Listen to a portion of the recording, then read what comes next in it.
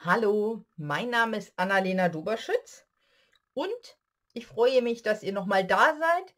Letztens habe ich nämlich mal 2 Videos gedreht, schön hochgeladen, beide ohne Ton. Jetzt habe ich 3 Versuche gebraucht, um hier mal wieder herauszufinden, wie die richtigen Einstellungen sind. Habe einen Test gemacht, gut, habe 3 Tests gemacht und es funktioniert. Und ich höre es mir auch diesmal vorher an, bevor ich es hochlade. Was ich heute mit euch machen möchte, ist diese schöne Z-Fold-Karte. Oder nicht Z-Fold, Blödsinn. Zickzackkarte. Das mache ich so. Und dann lässt die sich so aufklappen und man kann Texte drin reinmachen. Ihr seht, ich habe hier altes Papier verwendet. Und man sieht auch, dass ich schon einmal dieses Video gedreht habe, sonst hätte ich nicht so viel Auswahl. Weil ich finde, man muss das alte Papier auch mal aufbrauchen. Muss ja auch Platz für die ganzen schönen neuen Sachen haben. Ich habe gestern zum Beispiel schon den neuen Mini-Katalog für Herbst, Winter dieses Jahres gesehen. Oh, da ist wirklich, wirklich schönes Papier drin. Da könnt ihr euch schon mal richtig drauf freuen. Ja, was ihr seht, man kann diese Karte in 2 Richtungen gestalten. Mir ist das nämlich einmal beim Schneiden verkehrt herum passiert, aber funktioniert genauso. Klappt sich dann nur in die andere Richtung auf. Ja, das machen wir heute mal zusammen. Mal wieder die Schleife da drum. Wie gesagt, ich habe altes Papier verwendet. Ich brauche einfach Platz für Neues und ich habe es lange gestreichelt, jetzt muss es auch mal benutzt werden, sage ich mal. Ihr benötigt, lasst mich meine Wundertüte auskippen, ein Stück weißen Farbkarton in 27 mal 14 cm und gefalzt wird das Ganze bei 9 und bei 18 cm. Dann braucht ihr, lasst mich mal gucken, ein Stück farbigen Farbkarton. Der ist nicht geklappt, das ist eine ganz schlichte Grundkarte in 14,5 mal 9,5.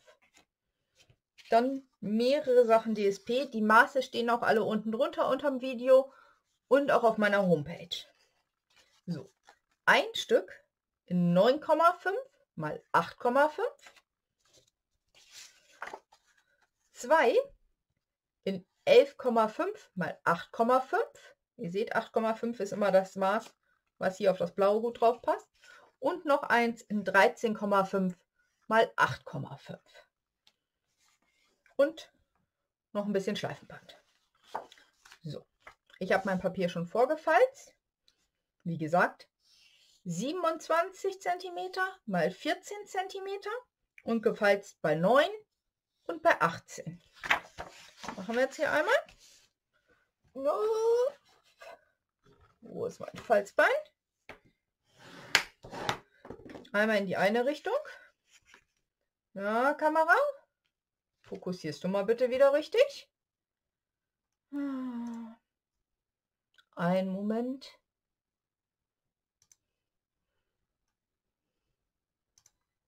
So. Da sind wir wieder richtig. Also, einmal in die eine Richtung und dann zickzackmäßig in die andere Richtung. Dann klappt ihr das Ganze wieder auf und macht euch auf einer von den kurzen Seiten eine Markierung bei 8 cm. Das machen wir mal hier zusammen. Wollte schon sehr genau sein.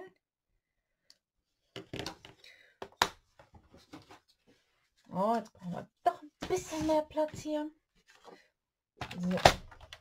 Die Markierung nehmen wir jetzt und schneiden hier dieses obere Stück weg, damit wir hier diese Zickzacklinie bekommen. Dafür einmal die Markierung hier oben anlegen und die gegenüberliegende Seite unten nochmal oben nachrücken, dass die wirklich beide gut liegen. Ja, genau, nochmal gewackelt. Ihr könnt euch auch eine Linie ziehen, wenn euch das lieber ist. So geht es aber auch. So, das Stück brauchen wir nicht mehr. Und ihr seht, das war das schon. Dann nehmen wir jetzt unser Designerpapier. Ich fange mit dem kleinsten an. Das kriegt jetzt auch, so passt es ja nicht drauf. Das heißt, wir wollen hier auch so eine Linie haben. Ich merke mir, so, meine Karte klappt sich jetzt so rum auf. Ist okay. Ich merke mir, auf welcher Seite ich die niedrigere Ecke sozusagen habe. Drehe mein Papier einmal um und mache mir wieder eine Markierung bei 7,5. Das war 9,5 hoch und dann immer 2 cm tiefer kommt die Markierung auf einer Seite. Wir wollen es ja oben anschrägen. Und dann genau wie gerade eben Markierung anlegen, gegenüberliegende Ecke anlegen, nochmal nach ausrichten, abschneiden.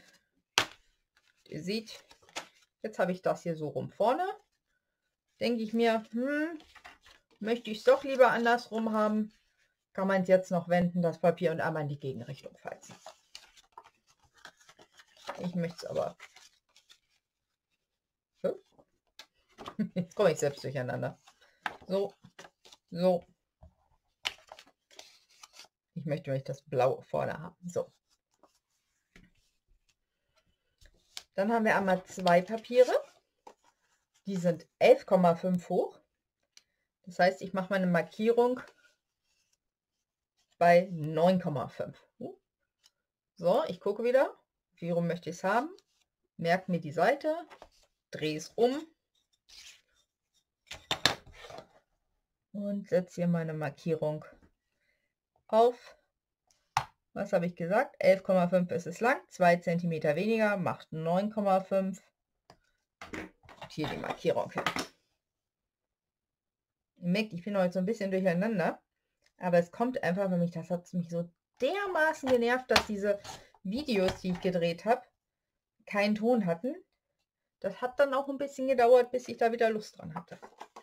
So, das mittlere Stück, weil die Karte so aufgeklappt wird, bekommt innen auch nochmal eine Markierung, eine Farbe. So, einmal gemerkt, wo es ist, gewendet.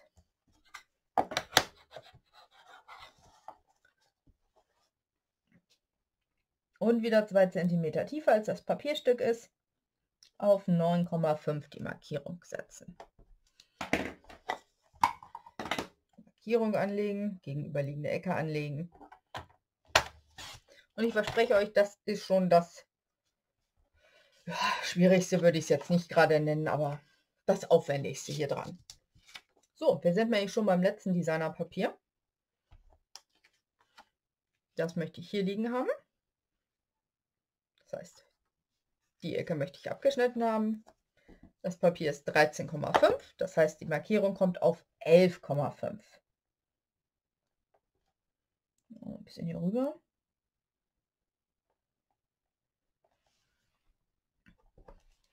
Und ich finde jetzt noch ist wirklich schöne Zeit, um dieses Bärenpapier zu benutzen. Das gab es auch viel zu kurz, muss ich schon sagen. Aber wie gesagt, es kommen wirklich schöne neue. Muss ich schon sagen. So, das war's mit Schneiden. Dann kleben wir es jetzt fest. Ich benutze dafür immer doppelseitiges Klebeband. Nehmt den Klebstoff, mit dem ihr am besten arbeiten könnt, sage ich immer. Für mich ist das einfach das doppelseitige Klebeband, das ist mein Lieblingsklebeband. So, wir verzieren hier jetzt mal schnell alle.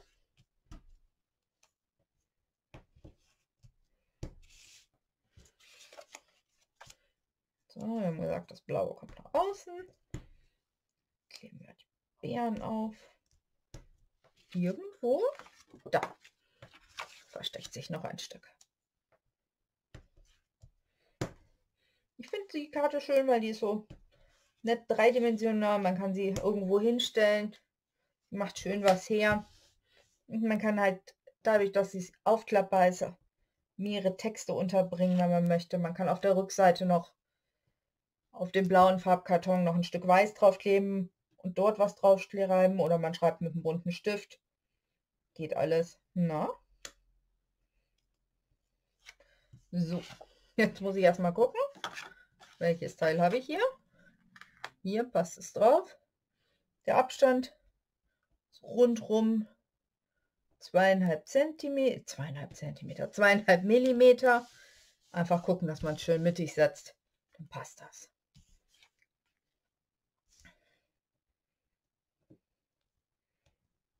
So, diese Innenseite bekommt nichts. Da liegt. Das hier ist vorne. Oh, Papier ist richtig rumgeklebt. Klebstoff. Aufsetzen. Und die bekommt nichts, weil die Karte ja so rum aufgeklappt wird. Und da kleben wir jetzt auch schon die nächsten Stücke hin.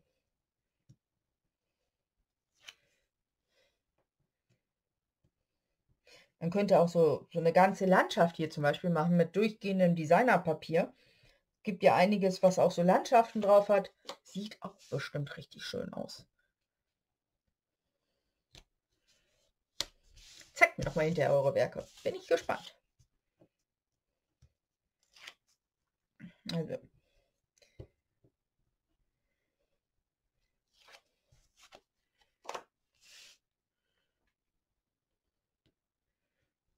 So. Ne? Hier vorhin war unser großes Papier. Haben wir bei 8 cm markiert. Einmal die Schräge abgeschnitten.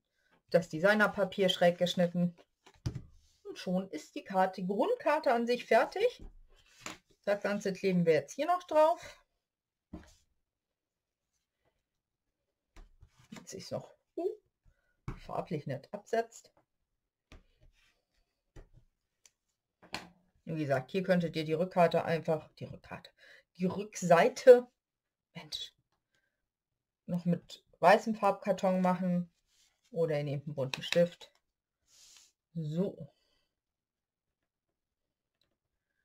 Hier auch gucken. Schön mittig. So. Dann haben wir hier verschiedene Verzierungen. Hier habe ich zum Beispiel die beiden Herzstanzen genommen, die Handstanzen. Drinnen auch, da habe ich nur auf die eine Seite ein Herz gesetzt. Für dich, dieser Tag gehört dir. Bei dieser hier habe ich die Briefmarkenhandstanze verwendet. Die nehme ich gleich auch wieder. Das hier habe ich mit Abstandsklebehaltern gemacht, dass es ein bisschen hochkommt. Und innen drin auch. Und dafür habe ich ja, das neue Stempelset, Textstempelset, am besten zusammen. Diese Karte sagt, ich drück dich, halt die Ohren steif und werd schnell gesund. Hier, meine Freunde, die kleinen dicken Vögel, ich nenne die immer so, Birds and Branches. Ich finde, die gehen einfach unter und die kann man wirklich schön zum Kolorieren. Habe ich aus dem Jahreskatalog das, ja, ich nenne es das Jahresfaltenpapier. Und auch drinnen noch ein Spruch, alles Gute zum Geburtstag. Ja, man kann die schon vielfältig gestalten. So.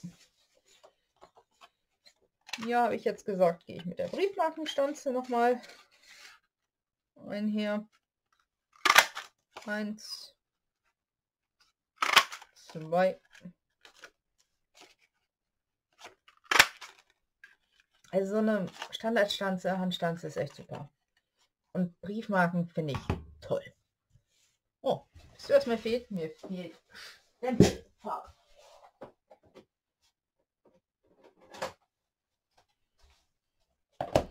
Nehmen wir mal Farngrün.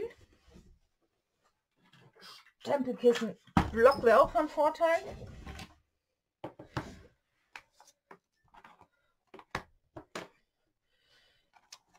Und da meine Freundin demnächst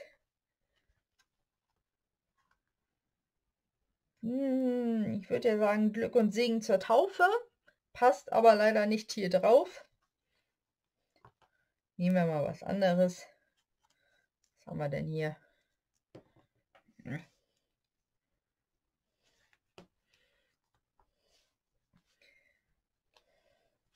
Ja, zur Konfirmation die besten Wünsche.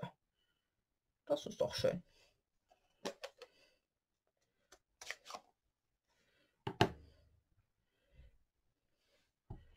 So, einmal gucken, habe ich es richtig rum? Jo.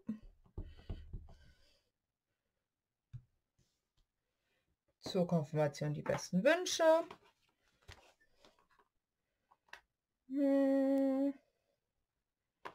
Und herzliche Grüße hätte ich gern dazu.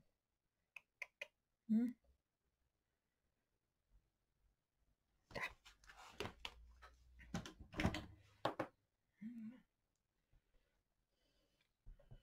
Einmal wieder auf der Unterlage getestet. Jo.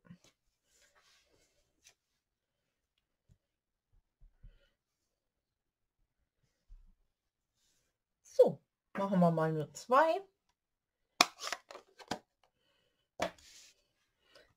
So, und wie vorhin bei der anderen zur Konfirmation die besten Grüße, Wünsche, nicht Grüße, die kleben wir vorne drauf mit den Abstandshaltern der Menschen. Ziehe ich das nochmal so ein bisschen schöner ab.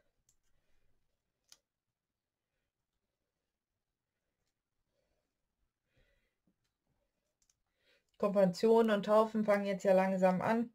Konnten ja im Frühjahr alle nicht gemacht werden. Kommen jetzt. Ich setze das hier so ein bisschen höher.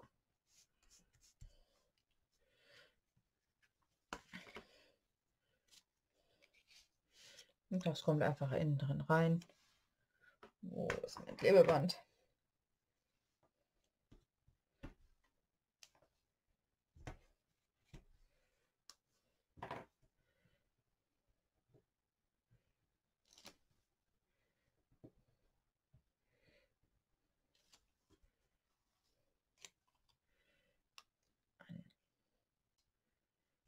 Herzliche Grüße.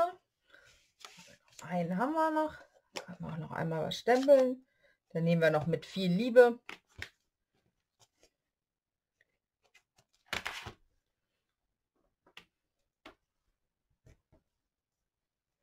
So. Normalerweise sieht mein Schreibtisch besser aus. Ihr könnt das Gott sei Dank nicht sehen, aber rundrum ist das ganz schön unordentlich. Sieht aus, als ob ich normal basteln würde. So.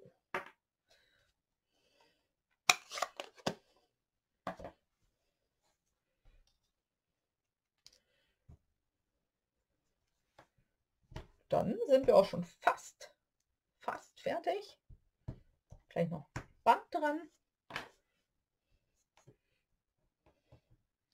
Wie gesagt, die Innenflächen kann man gestalten, wie man möchte.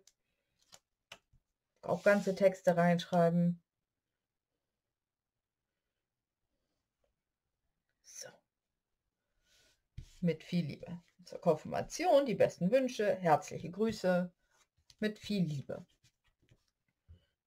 Jetzt irgendwo hier. Da. Damit die Karte nicht so hoch klappt, kommt auf die Rückseite noch ein Band. Ich möchte, dass das unten drunter ist. Das heißt, ich mache hier mit dem Klebestreifen nicht ganz so hoch. Richte mir mein Papier hier an meiner Untergrundlinie sozusagen aus, damit das schön gerade wird.